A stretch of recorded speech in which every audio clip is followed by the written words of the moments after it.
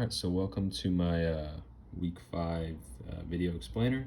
This is going to be the 4 credits problem. This is going to be problem 26.33, or problem 20. And in this problem, we have a 3 centimeter diameter parallel plate capacitor with a spacing of 0.8 millimeters, and it is charged to 500 volts. So this first part, we're going to trying to find the total energy that is stored in the electric field. So a couple things to note. We know that a capacitor is a device that stores energy in the form of electric field. So if we want to relate the capacitance to the charge, that is going to, and I guess to the potential as well, it's going to be Q equals CV, where Q is the charge stored, C is the capacitance, and V is going to be the potential of the capacitor. Additionally, we're going to have to find the capacitance itself, which is going to be epsilon naught times the area of the plate of the capacitor, and D is going to be the distance between both of the plates. And then ultimately, when trying to find the energy stored in the capacitor, that's going to be 1/2 the capacitance times the potential of the capacitor squared. First thing we're going to do is try to find the area, and I guess one thing to note is that it's a circle, so typically it'd be pi r squared, but in terms of the diameter, it's going to be pi times the diameter squared over 4. And we were told that the diameter of the plate is 3 centimeters, or 3.00 times 10 to the negative 2 meters. We're going to square that, divide it by 4, multiply it by pi, and get 7.07 times 10 to the negative 4 meters squared. And finally, we can solve for the capacitance, which we're going to be doing by taking that epsilon naught value, multiplying it by the area that we just found, and dividing it by the distance between both of the plates, which is going to be 0.8 millimeters, or 0.8 times 10 to the negative 3rd meters. And finally, we get the capacitance, which is 7.82 times 10 to the negative 12th farads.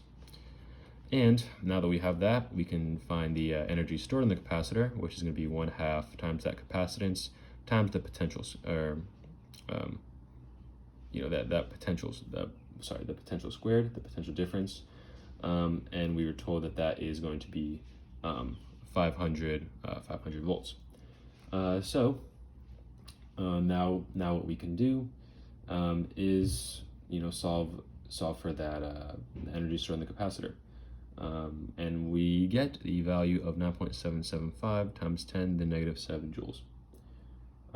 So that's going to be part A, and for part B, we're trying to find the energy density. What we're going to do, we're going to calculate the volume of the free space between the plates, and that's going to be the area times that distance. So that area that we calculated previously was 7.07 times 10 to the negative 4th meters squared, times the distance between the two plates, which is 0.8 millimeters, or 0.8 times 10 to the negative 3rd meters, and we get a value of 5.656 times 10 to the negative 7th. That should be meters cubed. I don't know why I did not write that down, I'm sorry. And then for the energy density, that's going to be equal to the energy stored in the capacitor that we calculated earlier, over that volume of free space. So we're going to divide 9.775 times 10 to the negative 7 joules, which is the energy of the capacitor, over the that volume of the free space in the capacitor, or between the plates, and of 5.65 times 10 to the negative 7 meters cubed, and we're going to get an answer for the energy density of 1.73 joules per meters cubed. So this is, I guess some of the tricky parts is, just knowing, I guess how to, find the volume of the free space. Another thing is knowing that the area is going to be, in terms of a circle, as the capacitor has plates that are, circular. And, other than that, in terms of finding the capacitance, knowing that you have to use the permittivity of space. So that is one thing, I guess you can say. And then I guess another part of the discussion is this, this idea of relating charge to capacitance, to the potential, and using parts of that to in this case ultimately find the energy stored in a capacitor.